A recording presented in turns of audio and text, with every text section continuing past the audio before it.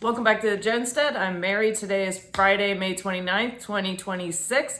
And this was in Zero Hedge, and the headline was "The Quiet Collapse Under the Market Surface. It's Getting Louder." And according to Fitch Ratings, the U.S. private credit default rate just hit another all-time high.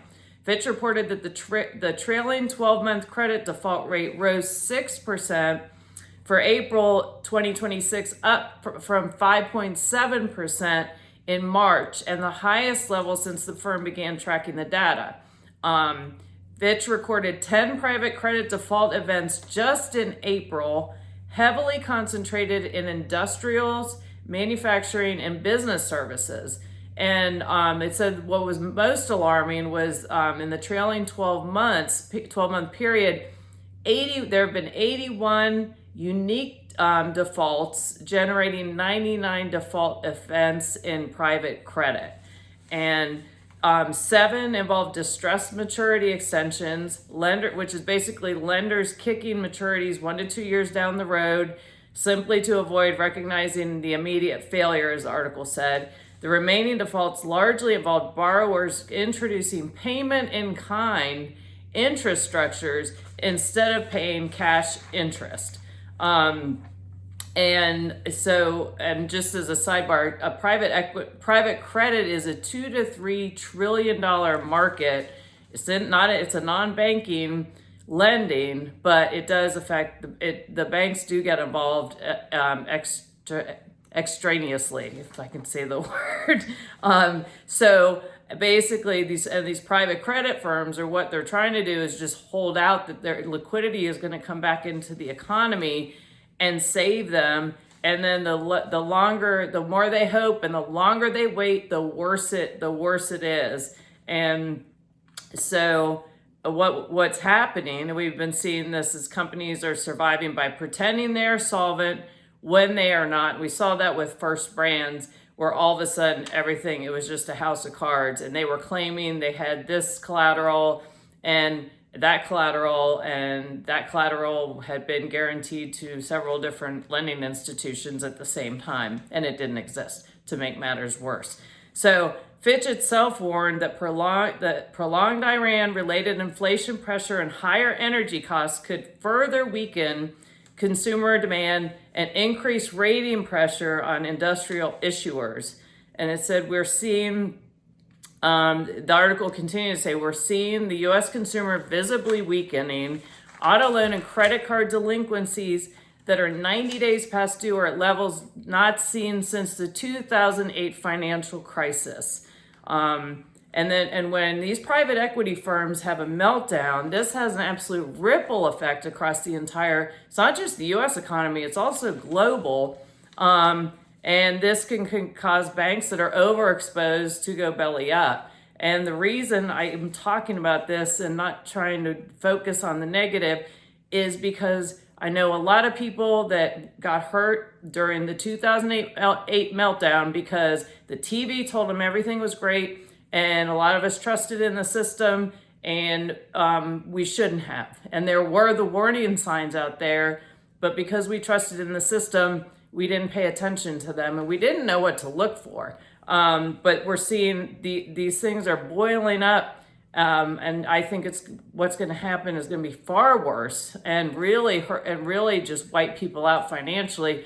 That's why I make these videos, to share this information so people can be prepared and try and stay ahead of things the best they can. So again, we're already seeing that the American consumer is under tremendous inflationary pressure. And then this was an uplifting article from Bloomberg. It said Americans are about to pay even more at the grocery store. And the article said, as Americans confront a surge in prices at the pump, another inflation wave is headed for the grocery store. It's going to be a challenging year, said Ricky Volpe, he's currently a professor in Caltech, I believe, and previously worked at the U.S. Department of Agriculture's Economic Research Service. And he continued saying, food is going to be less affordable and consumers should be prepared for it. So there you go. And The factors that were cited in the article were things we've been talking about here, the bad weather, where we've had drought in some areas and then flooding in others.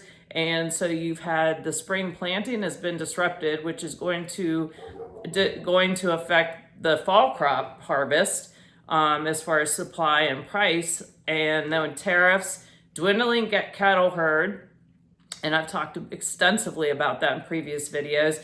The Iran war, where you've got supply chain choke points, the oil's not going through, well, certain countries' oil is, but for all intents and purposes, fertilizer. So that's a global issue, but that will definitely affect our food prices here. And the fuel costs, of course, the higher fuel costs are, that raises the cost of everything. Everything you purchase and everything you do, insurance, healthcare, everything. And go back and do your research on how much pharmaceuticals are dependent on oil, and where our pharmaceuticals come from, mostly from China. Anyway, but I digress. And CNBC reported, this was the headline, Exxon warns oil inventories will hit dangerously low levels in weeks, forcing prices to shoot higher.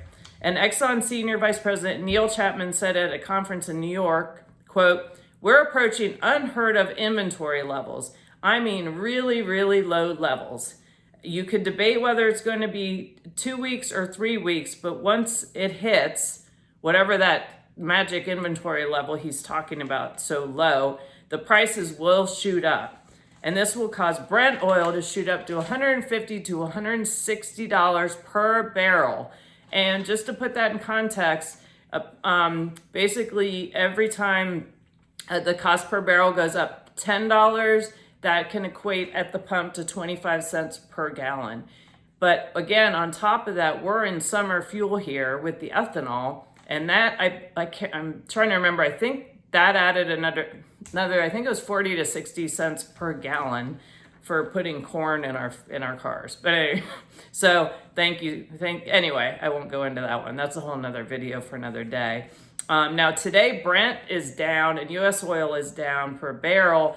According to the news, it's optimistic that something's going to be worked out with the Iran war. We know this has just been a ridiculous roller coaster. Everything, there's a peace deal, there's not a peace deal. Oh, there's a peace deal, there's not a peace deal. And, obviously we're hoping that that's going to be the case, but it certainly seems like there's something else going on. We're at least 90 days into this. That was supposed to be one day, right? And every other day we're being told it's over, and it's not. And which I think is it's a great disservice to the American people, because a leadership should be telling people how to best prepare and clearly articulate what the mission is. And I don't think that's happening. And meanwhile, the American people are the ones getting stuck with the bill. And then we're watching how it's always like, this is how, they're more worried about how the stock market's reacting to what's happening in Iran. They could give a hoot what people think about any of it or how they're reacting to it. So it just seems to continue on. And just again, continue to stay informed so that you can prepare and be prepared, not scared. Continue to set aside some extra emergency savings if you can, to the side in case something comes up. You have a flat tire, the animal needs to go to the vet. We know how expensive that is these days. Stock up on non-perishable foods. Definitely I would suggest focus more on high protein, like you can get canned tuna, chicken, sardines, salmon, things like that. Canned meats, you can get canned hamburger. You can get chicken on sale at the grocery store very reasonably. Buy extra, put it in zip and freeze it. And that way you have it. And in case the price fluctuates, if they shoot up. Extra water, make sure you have first aid, toiletries. And if you can, maybe grow some things in your backyard. But do what you can to be as self-sufficient and kind of insulated as you can against all of this, what I'm just calling, it seems to be like this perfect storm. And, our national debt is $139 trillion and it continues to go up. It's not going down. We're seeing the spending go up incredibly.